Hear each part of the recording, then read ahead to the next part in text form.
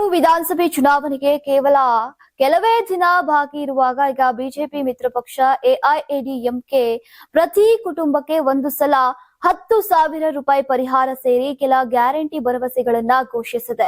ಪುಕ್ಕಟೆ ಯೋಜನೆಗಳ ಘೋಷಣೆಯಿಂದ ಆರ್ಥಿಕತೆಗೆ ಹೊಡೆತ ಬೀಳುತ್ತೆ ಅಂತ ಸುಪ್ರೀಂ ಕೋರ್ಟ್ ತಮಿಳುನಾಡಿನ ಆಡಳಿತಾರೂಢ ಡಿಎಂಕೆಗೆ ಚಾಟಿ ಬೀಸಿದ ಬೆನ್ನಲ್ಲೇ ಈಗ ಈ ಘೋಷಣೆಗಳು ಹೊರಬಿದ್ದಿರುವುದು ಕುತೂಹಲವನ್ನ ಮೂಡಿಸಿವೆ. ಪಕ್ಷದ ಹಿರಿಯ ನಾಯಕಿ ಮಾಜಿ ಸಿಎಂ ಜಯಲಲಿತಾ ಅವರ ಜನ್ಮದಿನದಂದು ಪಕ್ಷದ ಅಧ್ಯಕ್ಷ ಎಡಪ್ಪಾಡಿ ಕೆ ಪಳನಿಸ್ವಾಮಿ ಈ ಘೋಷಣೆಯನ್ನ ಮಾಡಿದ್ದಾರೆ.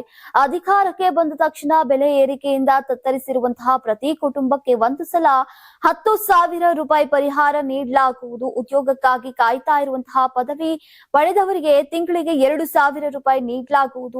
ದ್ವಿತೀಯ ಪಿಯುಸಿ ಅವರಿಗೆ ಓದಿ ಉದ್ಯೋಗ ವಿನಿಮಯ ಕೇಂದ್ರಗಳಲ್ಲಿ ನೋಂದಾಯಿಸಿಕೊಂಡಿರುವವರಿಗೆ 1,000 ರೂಪಾಯಿ ಸ್ಟೈಫಂಡ್ ಅನ್ನ ನೀಡಲಾಗುವುದು. ಇನ್ನು ಮೀನುಗಾರರ ಪರಿಹಾರವನ್ನ 8,000 ರೂಪಾಯಿಗಳಿಂದ 12,000 ರೂಪಾಯಿಗೆ ಹೆಚ್ಚಳ. ಹಬ್ಬದ ಉಡುಗೊರೆಯಾಗಿ ಪಡಿತರ ಚೀಟಿದಾರರಿಗೆ 1,000 ರೂಪಾಯಿ. Pongal ಪ್ರೋತ್ಸಾಹಧನ.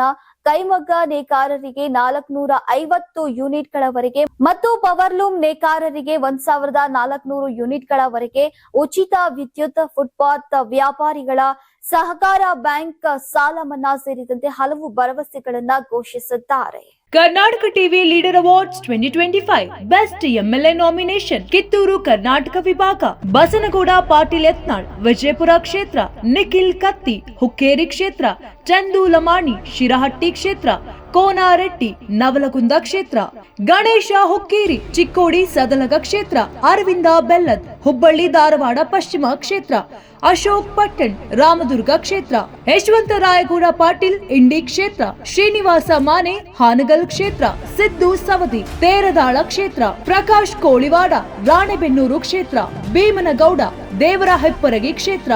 Karnataka TV WhatsApp channel ಮೂಲಕ ವೋಟ್ ಮಾಡಿ ಹಾಗೂ ಇವರಲ್ಲಿ ಬೆಸ್ಟ್ ಎಂಎಲ್ಎ ಯಾರು ಕಮೆಂಟ್ ಮಾಡಿ. ನೀವು ಸಣ್ಣ ಆಗ್ಬೇಕಲ್ವಾ? ಅದು ಒಂದು ಉತ್ತಮ ಆಹಾರದಿಂದ ಸಣ್ಣ ಆಗ್ಬೇಕಲ್ವಾ? ಪ್ರತಿದಿನ ನಮ್ಮ ಜೀನಿ ಸ್ಲಿಮ್ ನ ಯೂಸ್ ಮಾಡಿ ಯಾವುದೇ ಸೈಡ್ ಎಫೆಕ್ಟ್ ಇಲ್ದಂಗೆ ನೀವು ಸಣ್ಣ ಆಗ್ತೀರಾ.